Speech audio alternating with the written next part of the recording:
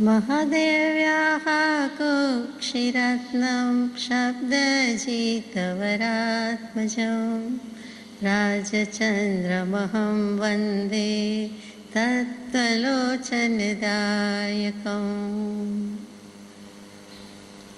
समस्तवस्तुमानाय तमोऽग्निमितविद्विषे श्रीमते वर्धमानाय नमो नमितविद्विषे। मङ्गलं भगवान् वीरो मङ्गलं गौतमो गणी मङ्गलं कुन्दकुन्दार्यो जैनधर्मस्तु मङ्गलम्। सत्श्रुतने नमस्कार, असीम उपकारी आत्माने नमस्कार, तारक त्रिपुटी भगवंतने नमस्कार, महावित्रोने नमस्कार, महावित्रो समान मुरब्बीओ मुमुक्षोने नमस्कार, प्रत्येक शुद्धात्म द्रव्यने नमस्कार। परम कृपाळु देव प्रणीत वचनामृतजी पत्रांक 766 विक्रम संवत 1953 तारीख 19/10/1896 થી તારીખ 25/10/1897 દરમિયાન 50 થીકાઈ અને જેના અનુવાદની કૃપા કરી છે તે કૃપાળુદેવનો અનુવાદ. એમાં 126 ગાથા સુધી યથાશક્તિ વિચારણા કરી. આજે 127મી ગાથા લઈએ. અરસમરુવમંગંદ મવત્તમ ચેદણા ગુણમસદ્દમ જાણમ અલિંગગ્રહણમ જીવમણિ દીઠ સંધાણમ. સુપ્રસિદ્ધ પંચપરમાગમ અને એની ઘણી જ સુપ્રસિદ્ધ ગાથા ત્યાં અહીંયા મૂકેલી છે તે 50 થીકાઈમાં. બીજા શાસ્ત્રોમાં તે જ કુંદ ભગવંતે જુદી રીતે મૂકી હશે, શબ્દનો નહીં જેવો ફેરાવે, પણ મૂળ વસ્તુમાં કોઈ ફરક નથી. કે જીવના વિશેષણ મૂક્યા, અજીવની વાત પૂરી કરી, હવે જીવ કેવો છે તે પાછું બીજી રીતે મૂકે છે. પૂતગલની સરખામણીએ મૂકે છે કે અરસ છે, અગંધ છે, અસ્પર્શ છે, અશબ્દ છે, અવ્યક્ત છે, અનિર્દિષ્ટ સંસ્થાન છે અને વચન અગોચર એવો જેનો ચૈતન્ય ગુણ છે તે જીવ નામનો પદાર્થ છે, જીવ નામનું દ્રવ્ય છે. જીવના જુદી જુદી રીતે વિશેષણ આવી ગયા છે, પરંતુ આપણે ગઈકાલે પૂતગલના વિશેષણમાં વાંચ્યું કે વર્ણ, ગંધ, રસ, સ્પર્શ જેને છે તે પૂતગલ અને તેના વિશેષણની વાત આવી, તેના ભેદની વાત આવી, રૂપી અજીવ અને અરૂપી અજીવની વાત આવી. જીવ દ્રવ્યના 563 ભેદ વ્યવહાર નહીંથી છે, તો અજીવ દ્રવ્યના પણ વ્યવહાર નહીંથી 560 ભેદ છે. તે આપણે યથાશક્તિ વિચાર્યું. પ્રસ્તુત ગાથામાં જીવનું સ્વરૂપ મૂક્યું. પહેલું જ વિશેષણ કે છે અરસ. જીવનો કયો રસ કહેવાય? તીખો, ખારો, ખાટો, ગળ્યો, કડવો, મીઠો એવો એકેય રસ જે પૂતગલનો છે તેવો જીવનો કહેવાય ખરો? તો કે ગમે તે રસ, ગમે તે જ્યુસ, ગમે તે લાવો, પરંતુ જીવનો કોઈ રસ નથી. તો પ્રશ્ન થાય કે જીવ નિરસ છે?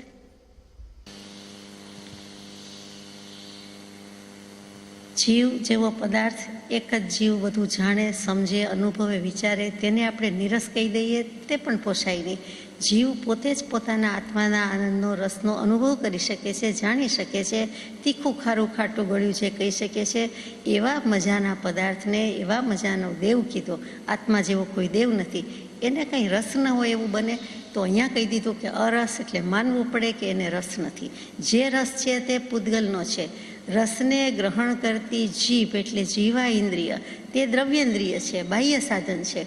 તે રૂપ જીવ નથી. જીવ તે જીભ નથી અને જીભ તે જીવ નથી. કોઈ પણ પદાર્થ, કોઈ પણ આત્મા હોય, એની જે કોઈ જીભ છે કે મોઢું છે કે જેનાથી એ રસ લઈ શકે છે, સ્વાદેન્દ્રિય છે, તે જીવ નથી. એટલે કે જીવ જુદો છે અને જીભ જુદી છે. જીભ એક ઇન્દ્રિય છે, એક શરીરનો અવયવ છે, એક અંગ કયું, ઉપાંગ કયું, પરંતુ તે પોતે આત્મા કે જીવ નથી એમ કહેવું છે.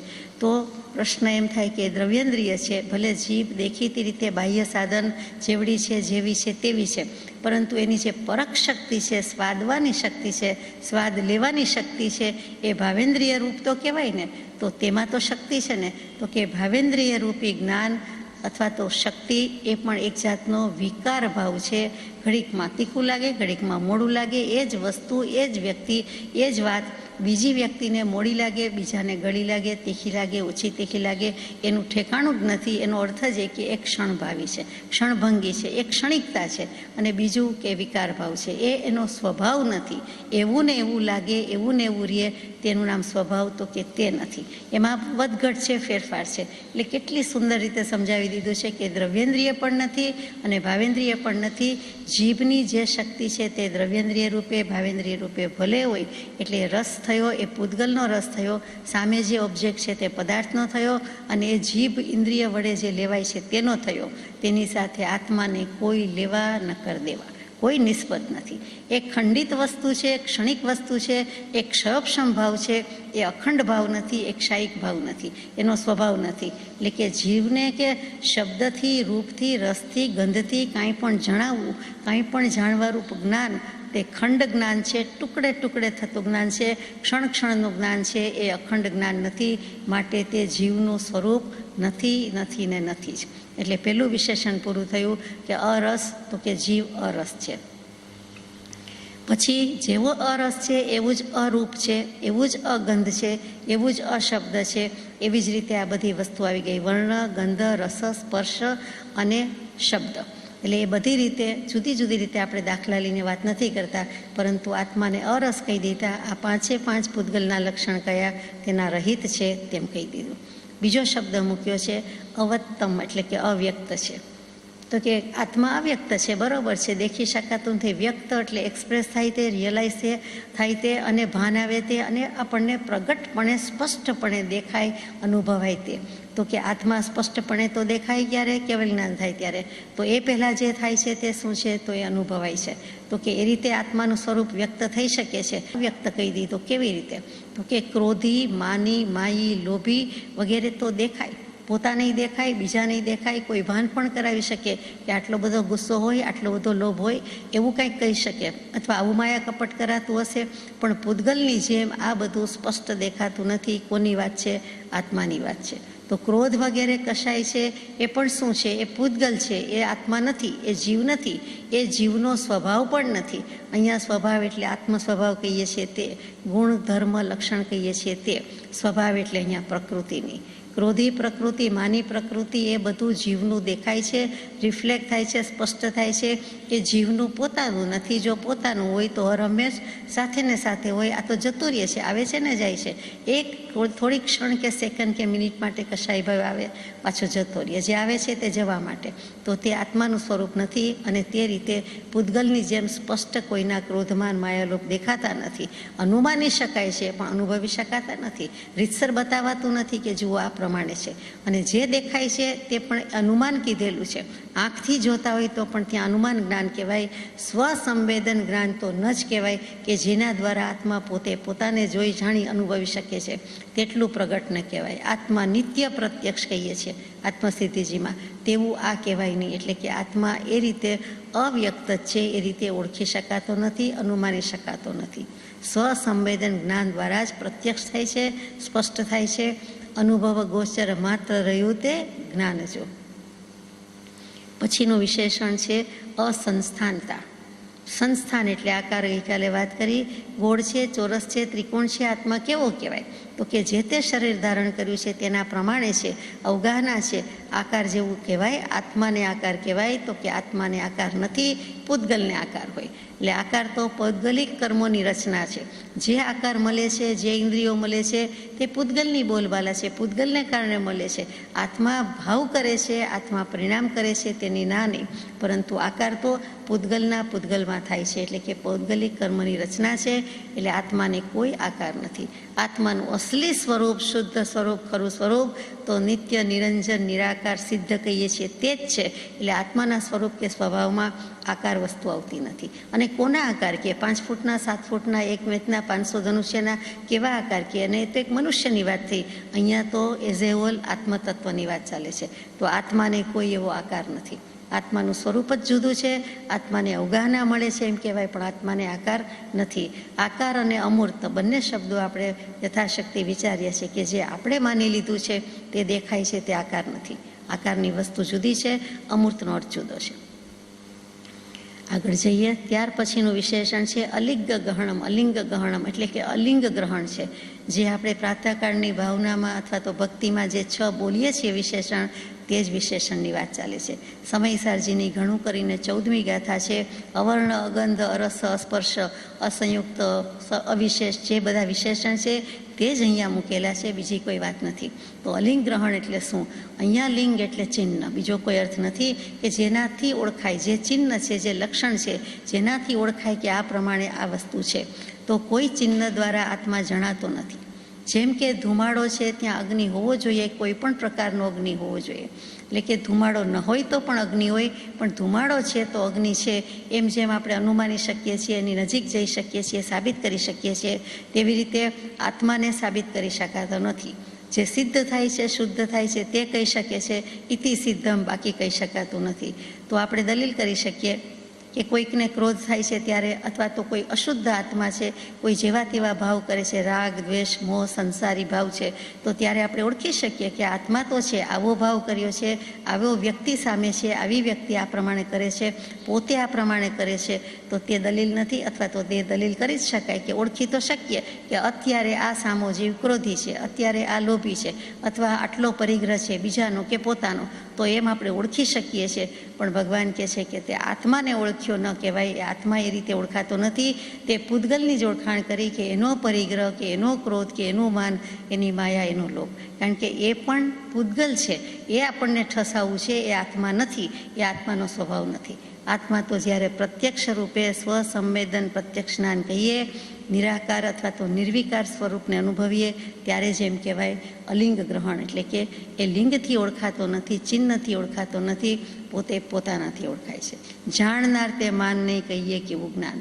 નિર્વિકલ્પતા, થોટલેસનેસ, અથવા તો મન નથી તે રોલ, એટલે મન હોવા છતાં મન વિનાના, એનો પરમ આનંદ, એનું પરમ સુખ, અને એ રસ, અને એ સર્વ પ્રદેશમાં, આત્માના પ્રત્યેક પ્રદેશમાં રેલાય છે. અને ત્યારે એમ કહેવાય કે હવે એ અલિંગ ગ્રહણ હોવા છતાં અમે અમારા આત્માને ઓળખ્યો, અથવા તો આણે એના આત્માનો પરિચય કર્યો, અનુભવ કર્યો, ઓળખ્યો. તો આ અલિંગ ગ્રહણ છે એ પણ આત્માનો ગુણ છે, પૂતગલનો ગુણ નથી, પૂતગલનો સ્વભાવ નથી. અહીંયા લગભગ બધા ગુણ પૂરા થઈ ગયા. અરસ, અરૂપ, અગંધ, અશબ્દ, અવ્યક્ત, અનિર્દિષ્ટ સંસ્થાન અને વચન અગોચર એવો જેનો ચૈતન્ય ગુણ છે તે જીવ છે. એક કૃપાળદેવે અનુવાદ કર્યો. પરમ પૂજ્ય બ્રહ્મચારીજીએ વિવેચનમાં જણાવ્યું કે નિશ્ચયથી આત્માના ગુણ વિચારવા, જળના ગુણ વિચારવા અને ભેદ સમજવો, ભેદ જ્ઞાન કરવું. જીવનું સ્વરૂપ વચનથી કહી શકાતું નથી, કહ્યું જતું નથી. અનુભવ ગોચર માત્ર રહ્યું તે જ્ઞાન જો. જે પદશ્રી સર્વજ્ઞ દીઠું જ્ઞાનમાં કહી શક્યા નહીં તે પણ શ્રી ભગવાન જો. કેટલીક વસ્તુ વક્તવ્યપણે જેટલી કહી શકાય તેટલી તો કીધી, પરંતુ એથી વિશેષ કહેવાતું નથી. મૂંગાએ ખાધો ગોળ અને કેવી રીતે વ્યક્ત કરે? મૂંગો કેવી રીતે ગોળના સ્વાદનું વર્ણન કરે કે કોઈ પણ વસ્તુના સ્વાદનું વર્ણન કરે? એમ અહીંયા પણ કહી દીધું કે વર્ણવી શકાતું નથી.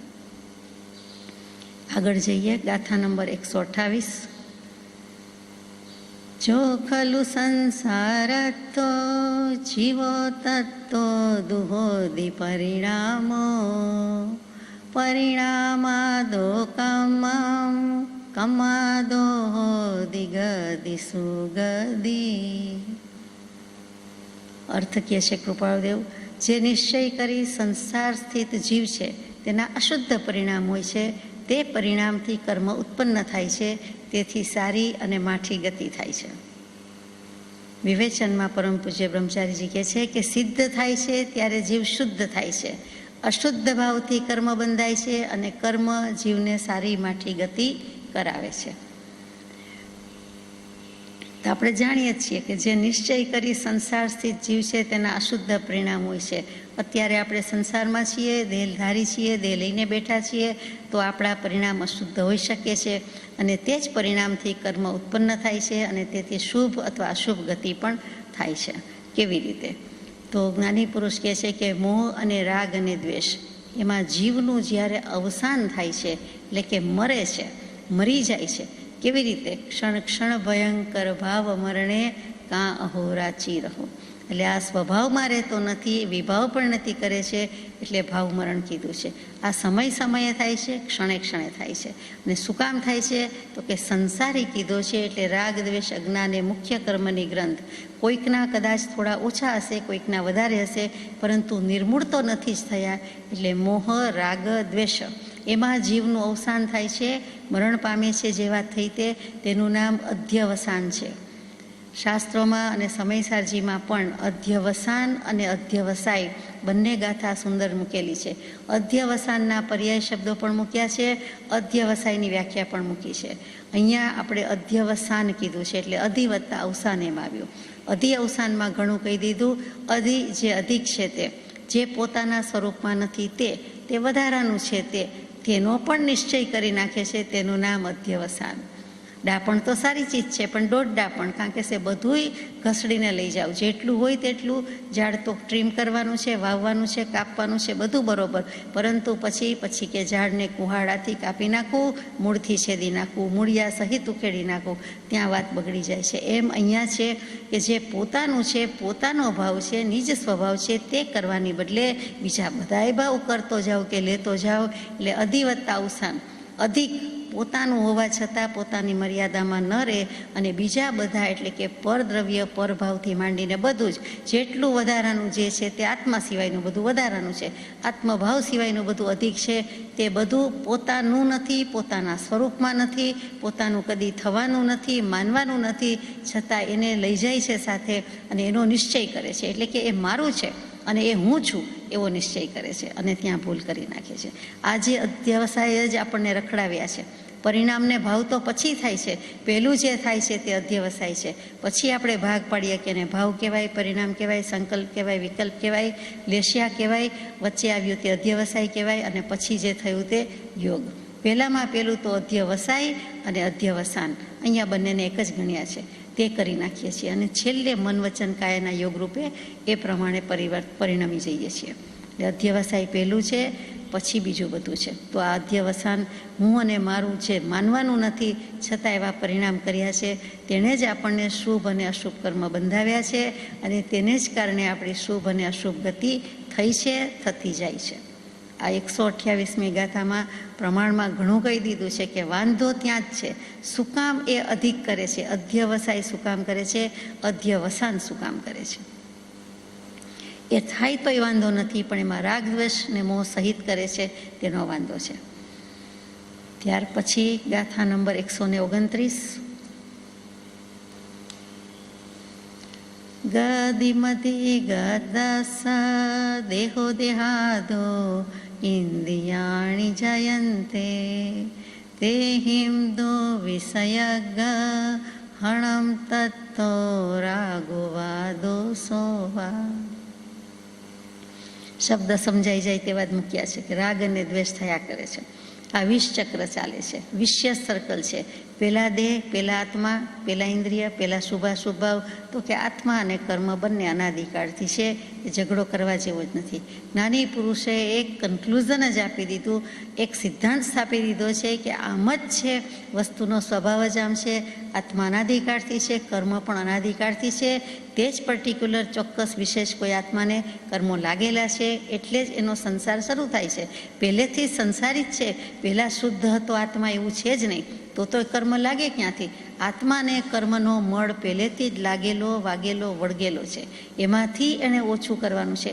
પહેલેથી જ કાદવગારો લઈને આવ્યા છીએ. ઓછો કે વધારે? તો કે ગાઢ મિથ્યાત્વ, એમાંથી મિથ્યાત્વ, એમાંથી મંદ મિથ્યાત્વ અને છેલ્લે થાય છે તે સમ્યક દર્શન. પછી તો જાણો છો કેવલ જ્ઞાન અને મોક્ષ.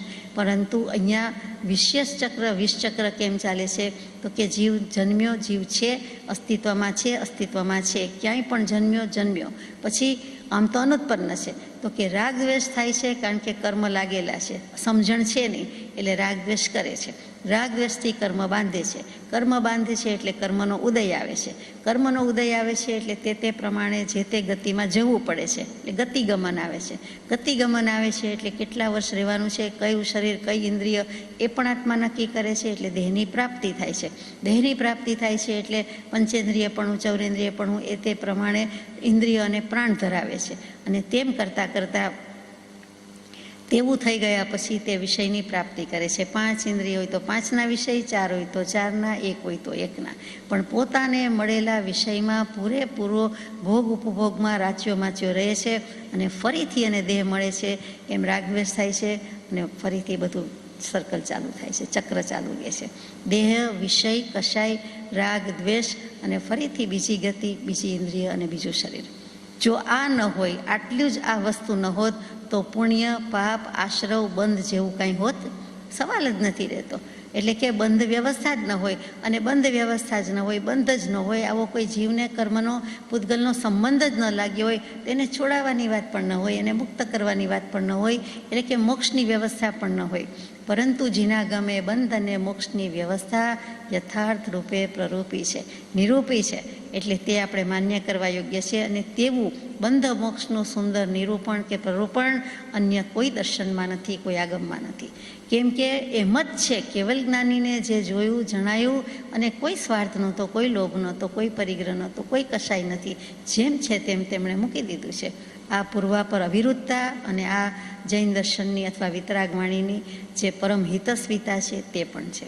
એમાં નિરાગીતા છે, વિતરાગતા છે, અને જગતના જીવોનું કારણ જોયું છે, કરુણાથી જ હિત જોયું છે, એટલે પરમ હિતસ્વીતા છે. અને આ પ્રમાણે પૂર્વાપર અવિરુદ્ધ છે, ક્યાંય વિરોધ પામતી વાણી નથી. એટલે 129મી ગાથા પ્રમાણે પણ આટલું જ કે જે છે તે 20 ચક્ર ચાલે છે, તેના આધારે બધું થાય છે. ગાથા નંબર 130 તે પહેલાં વિવેચનમાં મૂક્યું છે પરમ પૂજ્ય બ્રહ્મચારીજીએ કે ગતિની પ્રાપ્તિથી શરીર મળે છે, પછી 5 ઇન્દ્રિય અનુક્રમે મળે છે. ઇન્દ્રિયો પૂતગલના ગુણોને ગ્રહણ કરે છે અને તે નિમિત્તે રાગદ્વેષ કરીને જીવ કર્મ બાંધે છે.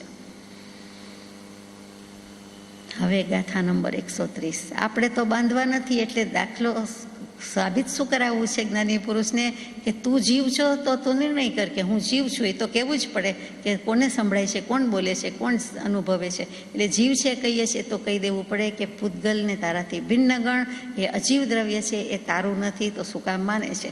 હરી ફરીને દરેક ગાથાથી, દરેક શબ્દથી ઝાટકો તો તે જ લગાડવો છે, કરંટ તો તે જ છે. એ જ આપણને દજાડવા છે કે હવે તો સમજ, અથવા જગાડવા છે કે હવે તો શીખો કે આ જુદું છે, જુદું છે. ગાથા નંબર 130. યદિ જીવ સેવા ભાવો સંસાર ચક્કવાલમ્મી ઈદી જીણવરે હિમ ભણિદો અણાદિ નિધણો સણિધણો વા. પૂરું કરી દીધું અહીંયા તો, કે સંસાર ચક્રવાલમાં તે ભાવે કરીને પરિભ્રમણ કરતા જીવોમાં કોઈ જીવોનો સંસાર અનાદિ શાંત છે અને કોઈનો અનાદિ અનંત છે, એમ ભગવાન સર્વજ્ઞે કહ્યું છે. સંસાર ચક્રવાલ શબ્દ કૃપાળદેવે મૂક્યો કે સંસાર પરિભ્રમણ નહીં, સંસાર ચક્ર નહીં. અહીંયા સંસાર ચક્રવાલ આગમિક શબ્દ છે, પારિભાષિક શબ્દ છે, જેને આપણે ઝાડ કહીએ છીએ તેવું, કે સંસારની ચક્રની ઝાડ કીધી છે કે આ ચક્ર ઝાડ અનાદિ નિધન છે, એટલે કે અનાદિ કાળથી છે. કોઈ દિવસ મરે છે, નિધન એટલે મરણ એવું નથી, અનાદિકાળથી જ છે. કોઈક જીવને અનાદિ સન્નિધન પણ છે, એટલે કે સન્નિધન કહી દીધું, એટલે કે નિધનથી જુદું, કે કોઈક જીવ હવે એમાંથી છુટકારો મેળવી શકશે. બધાને સંસાર પરિભ્રમણ, પૂતગલ પરાવર્તન, ભવચક્ર ચાલુ ને ચાલુ રહે તો કોઈ મોક્ષ જ ન જાય એમ તો છે નહીં. એમાં પણ નિયમ છે, સિદ્ધાંત છે કે કોઈને કોઈ જીવ તો મોક્ષે જાય જ છે, ક્ષેત્ર ગમે તે હોય, પણ અમુક જીવો તો મોક્ષે જાય જ છે. એટલા માટે કે છે સમ્યક દર્શન પણ કેટલાક જીવને થાય જ છે, તો સમ્યક દર્શનથી મુકાયો એટલે મિથ્યાત્વથી તો મુકાયો જ, કહેવું જ પડે. મિથ્યાત્વ મુક્ત થયો પછી ધીમે ધીમે કેવલ જ્ઞાન થતાં એ ભવમુક્ત પણ થશે. એ જ વસ્તુ અહીં કહેવી છે કે કેટલાક જીવને બધાએ અનાદિકાળથી યાત્રા શરૂ કરી છે એમાં ના નથી, પરંતુ અનાદિકાળથી કર્યા પછી કેટલાક જીવ એટલે કે મિથ્યાત્વ કાપી નાખે છે, ગ્રંથિભેદ કરી નાખે છે, સમ્યક દર્શન લઈ જાય છે, તો એવા અનાદિ સન્નિધન પણ છે. કેટલાક જીવોને એનો અંત આવવાનો છે, ભવચક્ર સમાપ્ત થઈ જશે અને મોક્ષગામી થઈ જશે. પહેલાં મોક્ષગામી થશે, પછી મોક્ષે જતો રહેશે. કોણ નહીં જઈ શકે? અનાદિ શાંત છે અને બીજો અનાદિ અનંત છે એમ કહ્યું છે. તો અનાદિ અનંત કોના માટે છે? અભવ્ય જીવ અનાદિકાળથી છે, અનંતકાળ સુધી મોક્ષે જવાના નથી, કદી જવાના નથી, એટલે અનંતકાળ સુધી જવાના નથી. એટલું જ નહીં, પણ દુરાતિ દૂર ભવ્ય છે. શાસ્ત્રોમાં શબ્દ છે તે જેમ નિકટ ભવિ છે તેમ દુરાતિ દૂર, દૂર અતિ દૂર. તો કે દુરાતિ દૂર ભવ્ય, ભવ્ય ખરા, પણ એવા ભવ્ય કે એને ભવ્યત્વ દૂર જ રહેવાનું છે, મોક્ષે જવાનું જ નથી. એવા દુરાતિ દૂર ભવ્ય જીવોને પણ આ ચક્ર પૂરું થતું નથી, પણ નિકટ ભવિને પૂરું થઈ જાય છે, સમ્યક દૃષ્ટિને પૂરું થઈ જાય છે. પછી તેને 1-2 ભવ હોય કે 15 ભવ હોય, પરંતુ પૂરું થઈ જાય છે. અને વમી જાય તો અર્ધપૂતગલ પરાવર્તન હોય, પણ તેની મુક્તિ છે એ નક્કી છે. એમ સંસાર ચક્રમાં વારંવાર જન્મ મરણ કરતો ફર્યા કરે છે. બધાય સંસારી જીવ અનાદિથી સંસારમાં છે. ભાવિ જીવનો એટલે કે ભવિ જીવનો સંસાર અનાદિ શાંત છે અને અભવિનો અનાદિ અનંત સંસાર છે.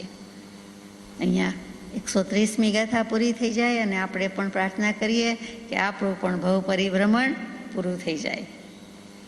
131મી ગાથા છે. મોહો રાગો દોષો ચિત્ત પસાદો યજસ ભાવમી વિજ્જદિતસ્સ સુહોવા અસુહોવા હોદિ પરિણામો. કૃપાદેવ પ્રકાશે છે કે અજ્ઞાન, રાગદ્વેષ અને ચિત્ત પ્રસન્નતા જે ભાવમાં વર્તે છે તેથી શુભ કે અશુભ પરિણામ થાય છે.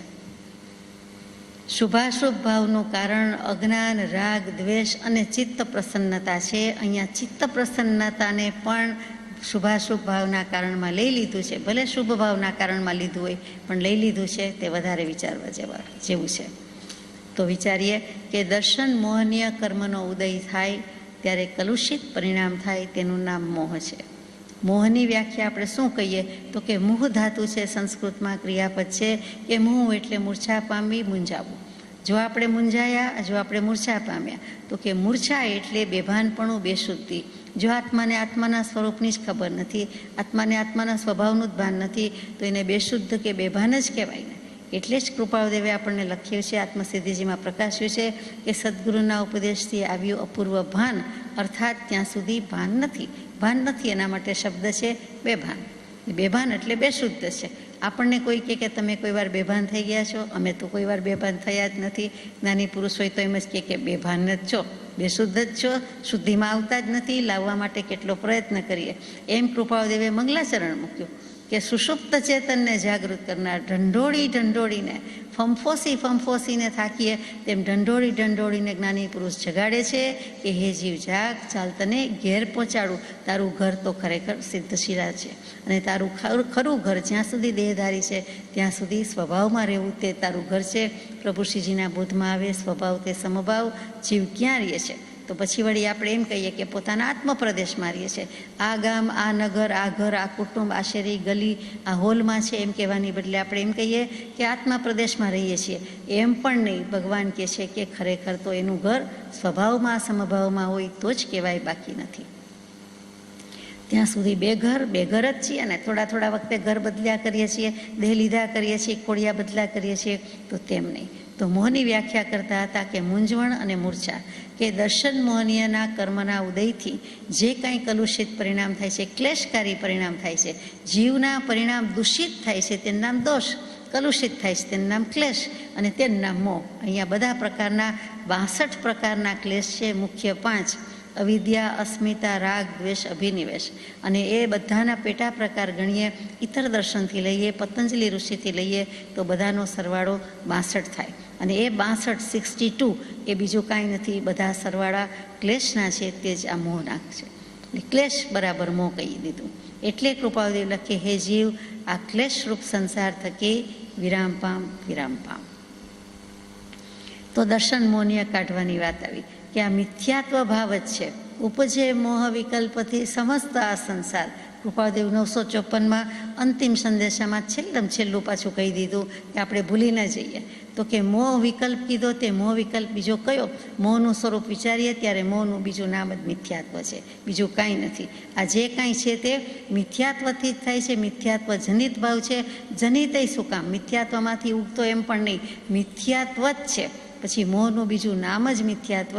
તો કે અહીંયા સર્વ પ્રકારે પાપનો પિતા છે. અને આ મિથ્યાત્વ એટલે કે આ મોહ અથવા તો આ જે દોષ છે એ આત્મા પ્રભુ ઉપર મોટામાં મોટું કલંક છે. આપણે આત્માને પ્રભુ કહીએ છીએ.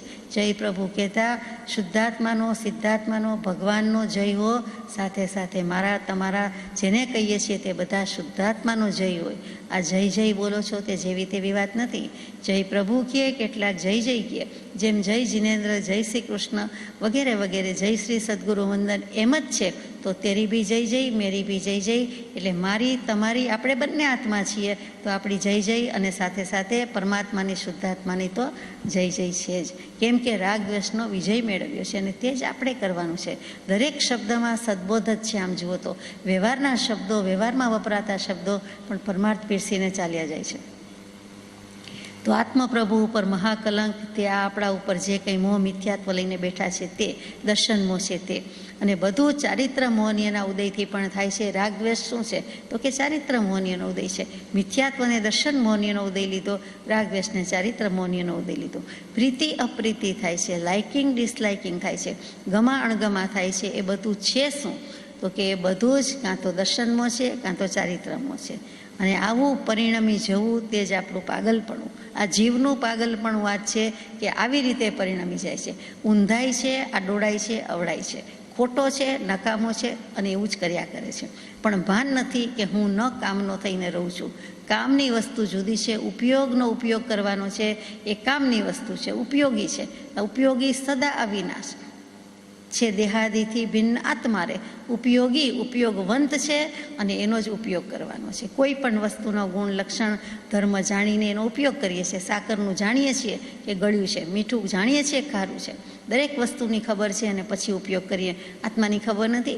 આત્માનો સ્વભાવ, આત્માનો ધર્મ, આત્માને ઉપયોગ છે અને આત્માનો ઉપયોગ આત્મામાં રાખવાનો છે. એમ જ્ઞાની પુરુષો ઠોકી ઠોકીને આપણને કહે છે, ઠેર ઠેર કહે છે, ઠામ ઠામ કહે છે. એ જ વસ્તુ આપણે આમાં લાવવાની છે. તો ફરીથી વાત કે પાગલપણું આ જ છે. આવી જ ખોટી રીતે પરિણમી જઈએ છીએ. પરિણમીએ તો વાંધો નથી, પણ માનીએ, શ્રદ્ધાથી સ્વીકાર કરીએ કે તે પરિણમન જૂઠું છે, ખોટું છે. મારું પરિણમન મારામાં જ હોઈ શકે. હું ન્યારો છું, બીજાને જે કરવું હોય તે કરે. મારું સ્વરૂપ જુદું. હું આત્મ રામ, આત્મા મોટો રાજા. મોહ રાજા ગમે તેવો રાજા હોય પણ તે ગમે એમ તોય આત્મા નથી. આત્મા રાજા છે, આત્મા સ્વામી છે. એ તો સેવક થઈને ફરે. એને ભલે ચતુરંગી સેના હોય, ભલે ચક્રવર્તી જેવી સેના કહેવાય, પણ મોહનું પ્રબળ રાજ્ય વર્તતું હોવા છતાં આત્મા જેવો કોઈ રાજા નથી, આત્મા જેવો કોઈ દેહ નથી. એ પૂતગલ છે. ગમે એમ તો એ કર્મ છે, ભાવ છે અને પૂતગલ છે, અજીવ છે. અને અજીવને જીવ ઉપર શાસન કરવા દેવાય નહીં. કર્મ એ જળ વસ્તુ છે. એટલે આ રાગ થાય છે, દ્વેષ થાય છે, મોહ થાય છે, અજ્ઞાન થાય છે, શુભાશુભ ભાવ થાય છે, તે બધા મારા નહીં.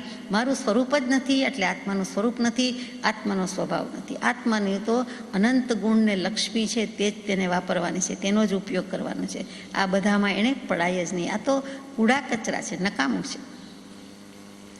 તો ચાલો, એ તો આપણને અશુભ ભાવ કરાવે છે અને અશુભ કર્મ બંધાવે છે. ચિત્ત પ્રસન્નતાને અહીંયા કેમ કારણ કહી દીધું? શુભ કર્મનું કારણ અને શુભ ભાવનું. ચિત્ત પ્રસન્નતા તો સારી વાત છે.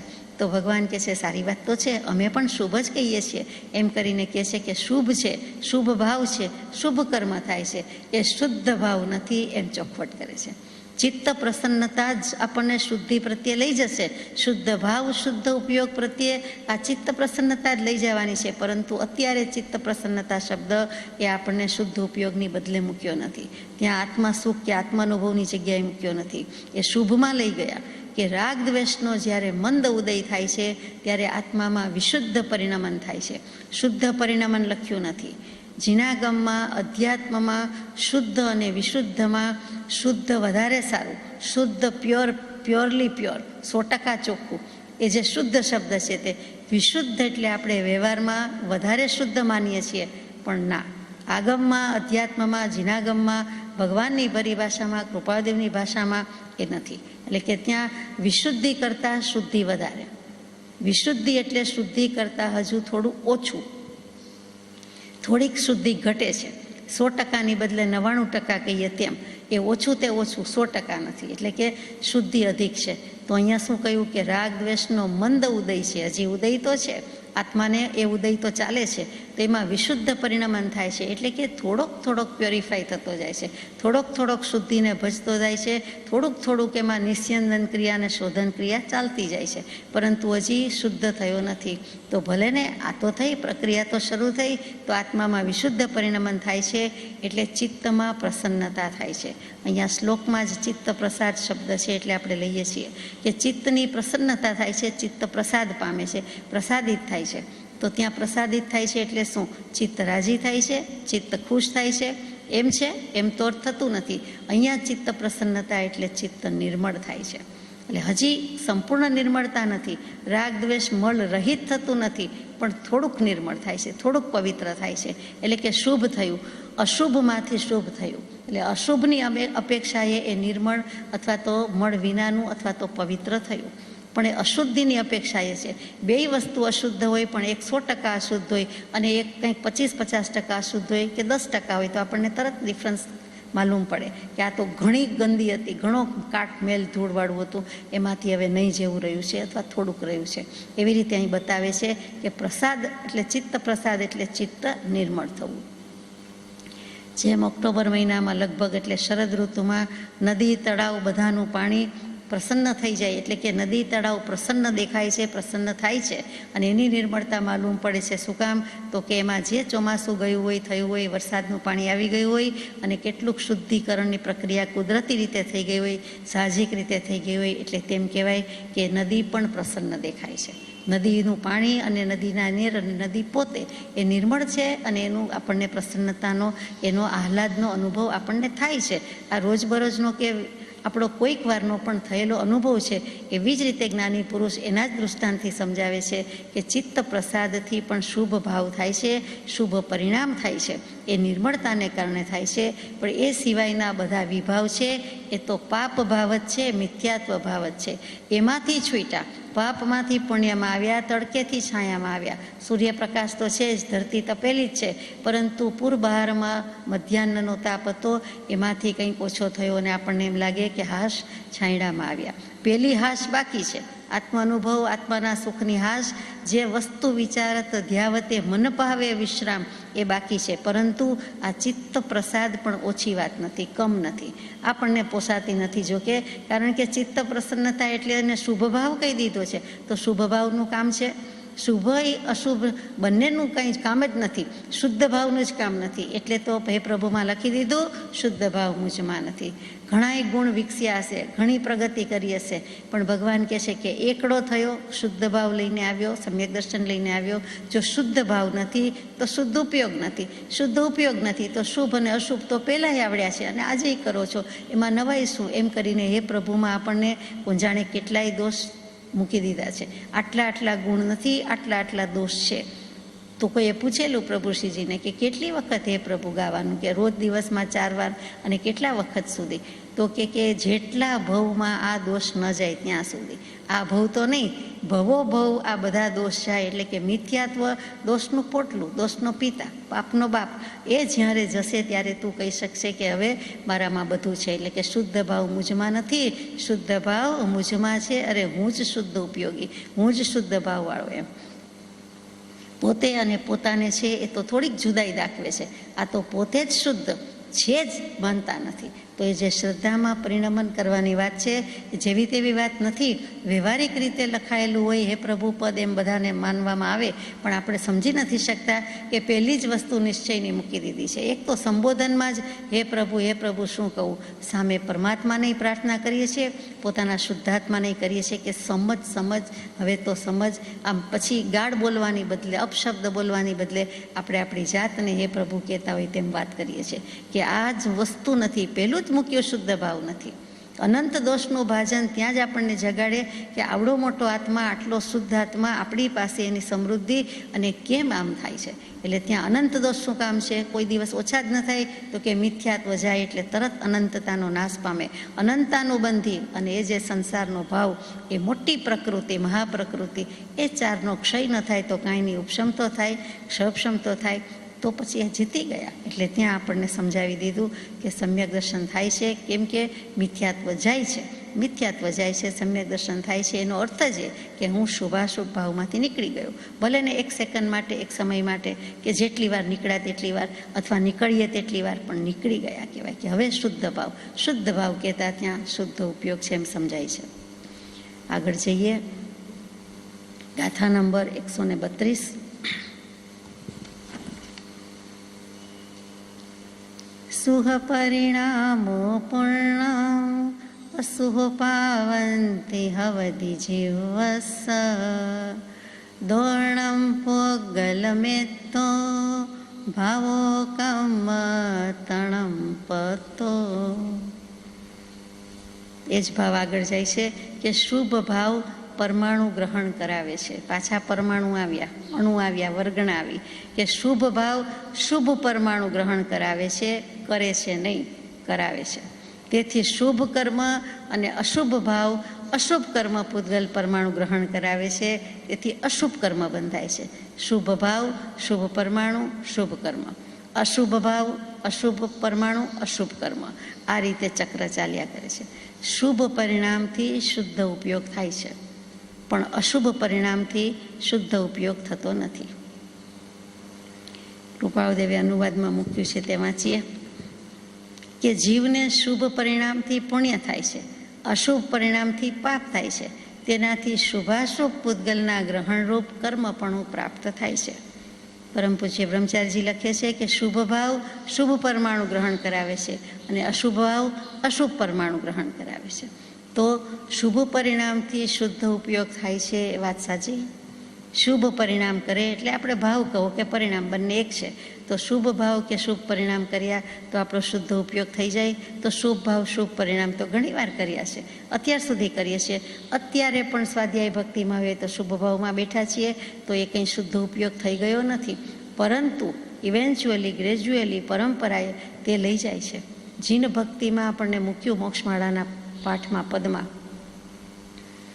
શુભ ભાવ વડે મન શુદ્ધ કરો, નવકાર મહાપદને સમરો, નહીં એહ સમાન સુમંત્ર કહો, ભજીને ભગવંત ભવંત લહો. તો ત્યાં શુભ ભાવ વડે મન શુદ્ધ કરો એમ આવ્યું. એટલે માનવું પડે કે શુભ ભાવથી શુદ્ધ થઈ શકાય છે. મન શુદ્ધ કરો લખ્યું છે. મન શું છે? તો કે શુભ ભાવથી મન એટલે આત્માને ઉપયોગ, જ્યારે મનન કરવાનું કામ કરે, વિચાર કરવાનું કામ કરે, ત્યારે તે મન કહેવાય છે અને તે શુદ્ધ થઈ શકે છે. શુભ ભાવ પહેલાં છે, મૂળિયામાં છે.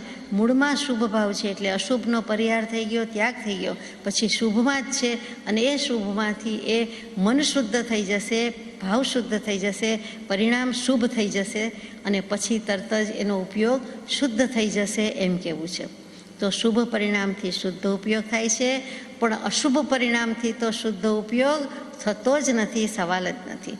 તો ખરેખર તો શુભ ભાવ વડે શુદ્ધ ઉપયોગ થાય છે એમ અત્યારે માનવાનું રહ્યું. પરંતુ સૈદ્ધાંતિક રીતે જોતાં શુભ ભાવ હોય કે અશુભ ભાવ હોય, આત્મ અનુભવનો ઈચ્છુક હંમેશા શુદ્ધ ભાવનું ગ્રહણ કરશે, શુદ્ધ ભાવની ઈચ્છા અપેક્ષા રાખશે, એને સમજવાનો પ્રયત્ન કરશે. એટલે કે શુભ ભાવથી કે અશુભ ભાવથી શુદ્ધ ઉપયોગમાં તરત જ ટ્રાન્સફોર્મેશન થતું નથી. જે શુભ ભાવ છે એ તરત જ શુદ્ધ ઉપયોગ કે શુદ્ધ ભાવ થઈ શકતો નથી, કેમ કે વસ્તુ જુદી છે. તો અનુભવીને એકલું આનંદમાં રહેવું રે. કૃપાળુદેવ પ્રભુશ્રીજી એ પદ બહુ જ ગૌડાવતા. એ વાત આવીને ઊભી રહી કે જીવ તો એકલો જ છે, એનો એક જ ભાવ છે અને તે શુદ્ધ જ હોવો જોઈએ, એનો શુદ્ધ જ ઉપયોગ હોવો જોઈએ. ત્યાં શુભાશુભની વાત નથી, શુભાશુભનો છેદ ઉડાડવાનો છે. એમ શુભાશુભ છેદતા ઉપજે મોક્ષ સ્વભાવ, મુક્ત સ્વભાવની વાત છે, મોક્ષ સ્વભાવની વાત છે. આત્મ સ્વભાવની વાત છે. શુભ અને અશુભ બંને કાઢી મૂકવા પડશે, બંનેનો છેદ ઉડાડવાનો છે. પરંતુ જ્યાં સુધી આ દશા ન થાય ત્યાં સુધી ભાવ વિનાના થોડા રહેવાના છે. આત્મા સમયે પરિણમન કરી રહ્યો છે, તો ભાવના કેવી રીતે છેદ ઉડાડીએ? ફેંકી દેવાના છે, કચરો ફેંકી દેવાનો છે, ભાવ થોડા ફેંકી દેવાય છે.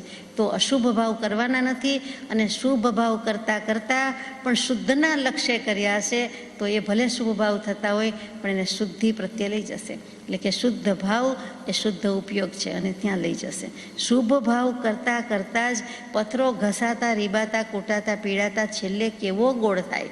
બનાવ્યો પણ એવો ગોળ ન થાય, અથવા 360 ડિગ્રીવાળું વર્તુળ જેવો ગોળ એવો કોણે બનાવ્યો? તો કે કુદરતે બનાવ્યો. કુદરત કંઈ બનાવવા જ નીકળી છે, પણ બધા સંયોગ સંબંધ થાય છે ભેગા, અને પોતાની જ પરિણતિ છે. પૃથ્વી કાંઈનો જીવ છે, પત્રો છે, અને એ ગોળ થતો જાય છે. દર વખતે કેટલુંક વેદે છે, ઘણા વર્ષો સુધી, ઘણા કાળ સુધી, ઘણા યુગ સુધી કાળના ડટ્ટણમાં એ પાછો એવો ને એવો છે. અને પછી એનો એ જીવ જતો રહેતો હશે, પણ એનો એ જીવ પાછો તે પૃથ્વી કાયમ આવીને રહે અને પથ્થરો ગોળ બને છે. તો એવી જ કંઈક વાત અહીંયા છે. એનો એ જ જીવ છે, એ શુભાશુભ ભાવ કર્યા છે. શુભ ભાવ આવશે, એ શુભ ભાવથી મન શુદ્ધ થશે, પરિણતિ શુભ થશે, અને તે શુભમાંથી એને શુદ્ધિ મળશે. એટલે કે સિદ્ધિ નહીં મળે, પણ થોડીક વખત પછી મળશે. ભગવાન કહે છે સીધા ચઢાણ લાવો, સીધો શુદ્ધ ભાવ લાવો. પહેલાં અશુદ્ધનો પરિહાર કરી દો, અશુદ્ધ છોડી દીધા. તો પહેલાં તો શુભ અશુભ જાણવા પડે, પછી અશુદ્ધને છોડવા સહેલા નથી. અશુદ્ધ છોડે છે, પછી શુભનું વળગણ હોય છે, એ પણ છૂટતા નથી. જેમ કે કેટલું ભક્તિ પૂજા વગેરે કરવું, તે બધા અનુષ્ઠાન છે, એને વિષ અનુષ્ઠાન કીધા છે. આત્માના અનુભવનો સ્વાદ ચાખીએ તે જ અમૃત અનુષ્ઠાન. આ બધા જ વિષ અનુષ્ઠાન છે. એટલે કે ન કરવાના સામાયિક પ્રતિક્રમણ, વિધિ, પૂજા, સત્કાર, આત્મસિદ્ધિજી, ભક્તિ, વાંચન બધું કરવું, પરંતુ કરતી વખતે લક્ષ્ય કયો છે? તો કે શુદ્ધ સ્વભાવનો, શુદ્ધ ઉપયોગનો.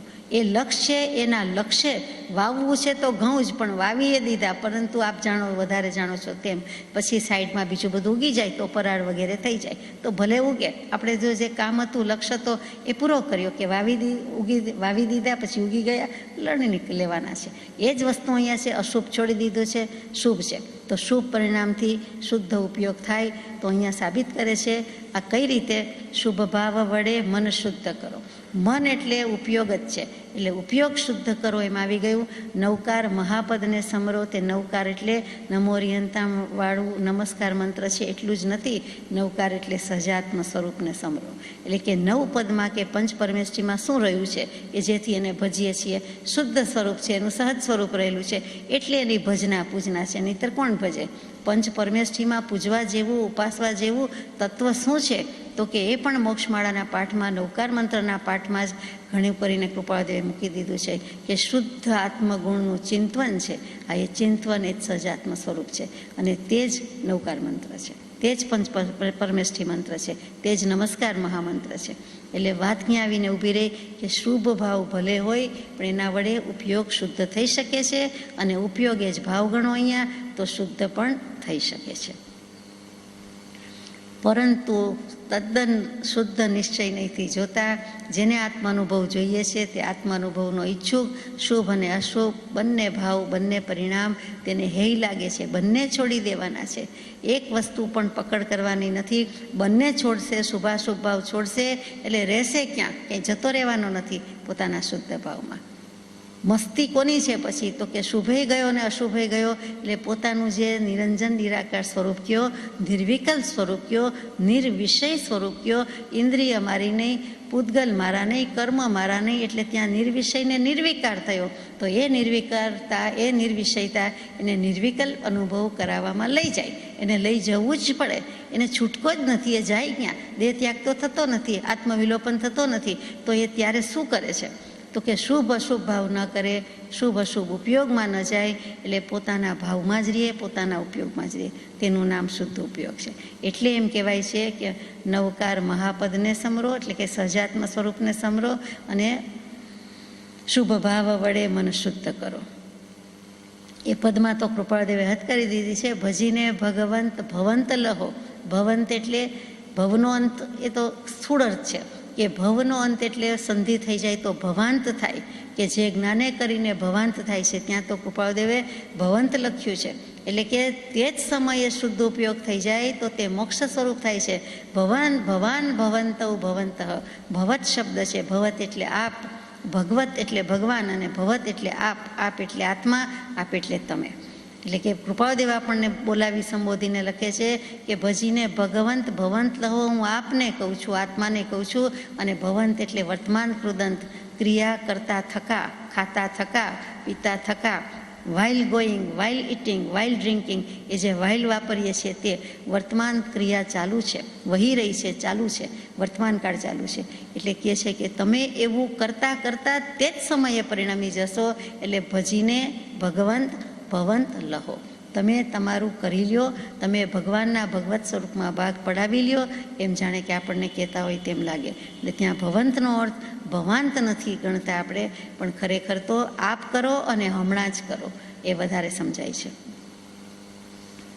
આપણે કોશિશ કરીએ કે શુદ્ધ તત્વની સન્મુખ જઈએ, થઈએ અને શુભ પરિણામથી પણ નિવૃત્તિ લઈએ. એટલે કે શુભાશુભ બેયથી નિવૃત્ત થઈ જવાની વાત છે. અને પ્રભુશ્રીજીનું પદ યાદ કરીએ અને બ્રહ્મચારીજીનું યાદ કરીએ. આત્મભાવના પુષ્પમાં અનુભવે તે સમજે સ્વવેત્તા, અનુભવ થશે તો પોતે પોતાને વેતા એટલે કે ઓળખશે. વિદ ધાતુ છે, એના પરથી વેતા એટલે જાણનારો, ઓળખનારો થશે. ત્યાં ઘણું કહી દીધું છે. સ્વરૂપનું ભાન અકથ્ય ધન્ય, એવી દશામાં સ્ફુરી ઉઠતી કો, અપૂર્વ આનંદ જરા સમીજો, ના એ અનુમાન ન માત્ર શ્રદ્ધા, અનુભવે તે સમજે સ્વવેત્તા, સ્વરૂપનું ભાન અકથ્ય ધન્ય. શ્રી રાજચંદ્ર પ્રભુપાદ વંદુ. આગળ જઈએ. ગાથા નંબર 133.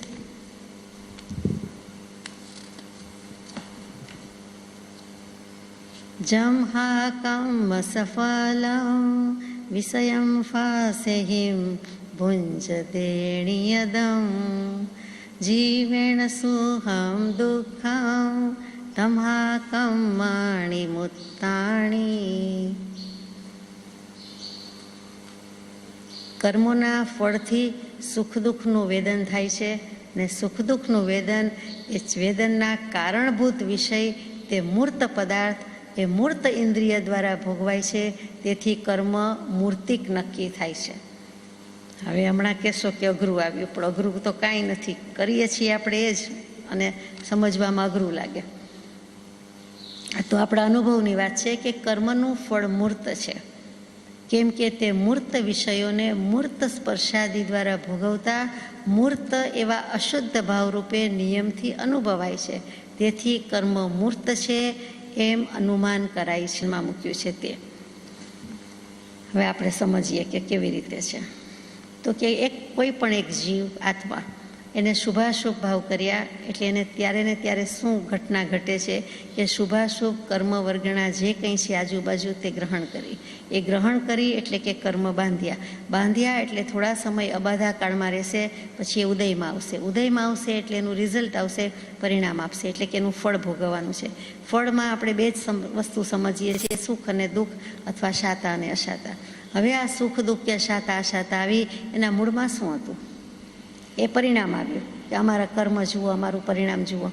પણ એ પરિણામ થયું એના મૂળમાં, એટલે એના કારણમાં શું હતું? તો કે સુખ દુઃખનું વેદન થયું, એને અનુભવ્યું. એના કારણભૂત વિષય શું હતા? તો કે પોતે જે શુભાશુભ ભાવ કર્યા હતા તે હતા, અને તેને કારણે કર્મ બંધાયા તે હતા. બીજું તો કાંઈ નહોતું. તો કે શુભાશુભ ભાવ અને વડે બંધાતા કર્મો, અને એ ઉદયમાં આવે છે તે કર્મ. આ બધુંય પૂતગલ ને પૂતગલ છે. અજીવ ને અજીવ છે. જીવે કરેલા ભાવ હોવા છતાં એને અજીવ કહી દીધા. એટલું જ નહીં, પણ પૌદ્ગલિક કીધા. એટલું જ બાકી ન હોય તેમ મૂર્તિક કીધું. એટલે અહીંયા પૌદ્ગલિક અને મૂર્તિક શબ્દ યાદ રાખીએ એટલે આપણને સમજાઈ જાય. તો મૂર્ત કર્મફળ છે જે ભોગવવામાં આવે છે તે પણ સ્પર્શ, ગંધ, વર્ણ, રસ, શબ્દ એ પાંચે વિષય રૂપે હોય છે. છઠ્ઠો વિષય નથી. તો 5 ઇન્દ્રિયના વિષય 23, 27, 28 અને 240 વિકાર છે એમ આપણે બોલીએ છીએ, કેમ કે એમ છે. અને જો 23 વિષયની બદલે 27, 28 વિષય લઈએ તો ઇન્દ્રિયના વિષય વિકાર 252 પણ થાય છે. બંને અપેક્ષા ખરી છે, પણ મૂળમાં આ 5 ઇન્દ્રિયના વિષય છે.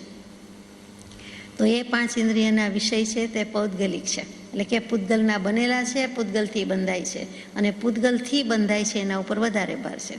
એક જીવ વડે ભલે હોય, પ્રેરક નિમિત્ત કોણ છે? જીવ છે. પરંતુ બાંધે છે કોણ, બંધાય છે કોણ? તો કે બંધાવાની શક્તિ એ પૂતગલમાં રહેલી છે, નહીં તો ન બાંધી શકે. જીવની તાકાત નથી કે બાંધી શકે. પૂતગલનું પૂતગલમાં જ બંધાય છે. ઘીનું ઘીમાં, ઘીને ઠેકાણે ઘી પડ્યું, ખીચડી ઘી ઢળ્યું તો ખીચડીમાં એમ કહીએ, તો એવી રીતે આ બંધાયું તો એ જ એકબીજા જ બાંધ્યા છે, અને તે પણ પૌદ્ગલિક છે, મૂર્તિક છે. હવે અમૂર્તથી મૂર્ત ફળ ભોગવી શકાતું નથી. આ અમૂર્ત હોય તો એનાથી મૂર્ત ફળ ભોગવી શકાતું નથી. મૂર્તિક કર્મ છે, એટલે કે મૂર્ત કર્મ છે, એ મૂર્તના સંબંધથી જ અનુભૂત થાય છે, કેમ કે કર્મ મૂર્તિક છે. એટલે કે કર્મ મૂર્ત રાખીએ આપણે, મૂર્તિક બોલવું ન ફાવે તો. કર્મ મૂર્ત અને પૂતગલ પણ મૂર્ત. એટલે જે બધું થાય છે તે મૂર્ત છે, પૂતગલ છે, જળ છે, અને તે સંબંધ તે બંધાય છે. લોટમાં બંધાવાની શક્તિ છે તો બંધાય છે. આપણે એમ માનીએ છીએ કે આપણે બાંધીએ તો બંધાય, પણ ત્યાં ભાવ ખોટો છે, ત્યાં સિદ્ધાંત આપણે ખોટો સ્વીકાર્યો છે. જીવથી બંધાય, જીવ પ્રેરક છે, નિમિત્ત છે, પરંતુ લોટમાં બંધાવાની શક્તિ છે માટે બંધાય છે. લોટ વડે લોટ બંધાય છે. લોટ વડે બંધાય છે લોટ, તો કે લોટમાં ઘી, તેલ, દૂધ, પાણી કાંઈક મોણ રૂપે હોય છે, મોબણ નાખીએ છીએ તો બંધાય છે. એટલે બધી સામગ્રી જોઈએ છે. અનાજથી અનાજ બંધાય ન બંધાય, બીજી કોઈ પણ વસ્તુથી વસ્તુ બંધાય છે નહીં, પણ લોટમાં બંધાવાની શક્તિ છે. આ તો એનું જ દૃષ્ટાંત યાદ આવી જાય એટલે એની વાત કરી છે. બાકી અનેક દૃષ્ટાંત આવા છે. અહીંયા એમ જ કહેવું છે કે પૂતગલ, કર્મ, જળ અને વર્ગણા બધું જળ, અને એ પૂતગલ મૌર્તિક છે, મૂર્ત છે, અને મૂર્ત સ્વરૂપે મૂર્ત બંધાય છે. પૂતગલ કર્મના ફળમાં પૂતગલને જ ભોગવે છે કોણ? તો કે પૌદ્ગલિક ઇન્દ્રિયો દ્વારા. એ આત્મા ભોગવે છે, સુખ દુઃખનું વેદન કરે છે. તો આત્માને લાગ્યું, શરીરને લાગ્યું કે ઇન્દ્રિયને થયું? તો કે ઇન્દ્રિયો વડે થાય છે, કાન વડે સંભળાય છે. એ જ વસ્તુ મારે હાથથી, આંખથી સાંભળવી હોય તો નથી સાંભળી શકાતું. આંખથી જ દેખાય છે એમ કહીએ છીએ, એમાં હાથ પગથી દેખાતું નથી. કાન એનો રોલ ભજવી શકતું નથી, સિવાય કે કોઈ અપવાદ લબ્ધિધારી હોય તો. સંભિન્ન શ્રોતૃત્વ લબ્ધિ હોય તે કરી શકે છે. આંખથી જોઈ શકે, આંખથી સાંભળી શકે, કાનથી જોઈ શકે, બાકીનાનું કામ નથી. એ તો કોઈ વિરલ અપવાદની વાત છે. તો પૂતગલના ફળમાં, પૂતગલ કર્મના ફળમાં પૂતગલને જ ભોગવે છે. પૌદ્ગલિક એવી ઇન્દ્રિયો દ્વારા જ ભોગવાય છે, બીજી રીતે ભોગવી શકાતું નથી. આત્માને ખબર પડી, આત્માએ જાણ્યું, પણ આત્માએ શેના વડે જાણ્યું? તો કે ઇન્દ્રિયો દ્વારા જાણ્યું કે અહીંયા વાગ્યું, તો જે તે જગ્યાએ વાગ્યું ત્યાં ખબર પડી, હાથમાં વાગ્યું, પગમાં વાગ્યું, માથામાં વાગ્યું, તો એ ઇન્દ્રિય કે એ અવયવ કે જે કંઈ પાર્ટ્સ ઓફ ધ બોડી છે એનાથી ખબર પડી. તો એ ઇન્દ્રિયો નહીં લઈ લીધું, શરીર નહીં લઈ લીધું, અને જે ભાવો કર્યા એ નહીં લઈ લીધા, કર્મ બંધાય એ નહીં લઈ લીધા, બધુંય પૂતગલ. પૂતગલ જાલ તમાસી રે. પૂતગલની જ ગીતા છે, પૂતગલના જ ગાણા ગાઈએ છીએ. આ પૂતગલની જ માયાને ઝાડને ગીતા છે. એમાંથી મારે બંધાવવું નથી, હું જુદો છું, મારો સ્વભાવ જ નથી બંધાવાનો, એમ કરીને આત્મા છૂટી શકે છે. આ બદ્ધ જીવની કથનચિત મૂર્તતા કેવી છે? તો આપણે તો ગાઈએ છીએ કે હું તો કર્મ લઈને આવ્યો છું, બંધાયેલો છું. તો એ પણ સાચી વાત છે. કેવી રીતે? તો કે વ્યવહાર નહીંથી, વ્યવહાર દૃષ્ટિથી જીવ મૂર્ત બની ગયો છે. પોતાના આત્માની મર્યાદા શું છે એ છોડી દીધી છે. આપણે આત્મા છીએ, આપણે શુદ્ધાત્મા જ કહેવાય, કેમ કે શુદ્ધ સ્વરૂપને ભજવાનું છે. મૂળમાં તો નિશ્ચયથી આત્માનું શુદ્ધ સ્વરૂપ છે. ખરું સ્વરૂપ તો એનું નિર્વિકાર પરમાત્મા તત્વ જ છે.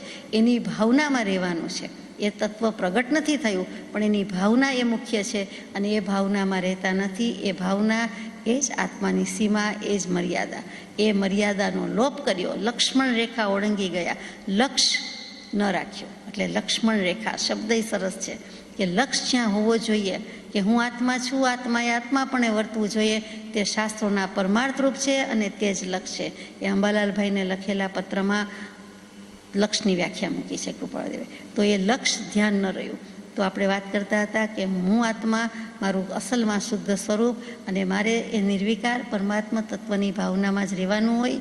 એને એ જ મારી સીમા છે, એ જ મારી મર્યાદા છે. એ હદ પાર જાઉં છું, એ મર્યાદા ઓળંગીને પરમાં, પરપૂતગલમાં, પરભાવમાં રાચું છું, માચું છું, વગેરે વગેરે. અને તે સંબંધથી એ વ્યવહારમાં મૂર્ત નથી, પણ હું વ્યવહારથી મૂર્ત બની ગયો. નિશ્ચયથી તો મૂર્ત નથી ને નથી જ, પણ વ્યવહારથી આત્મા બંધાઈ ગયો, કેમ કે મેં આવા ભાવ કર્યા. એટલે મૂર્ત કર્મમાં જતો રહ્યો.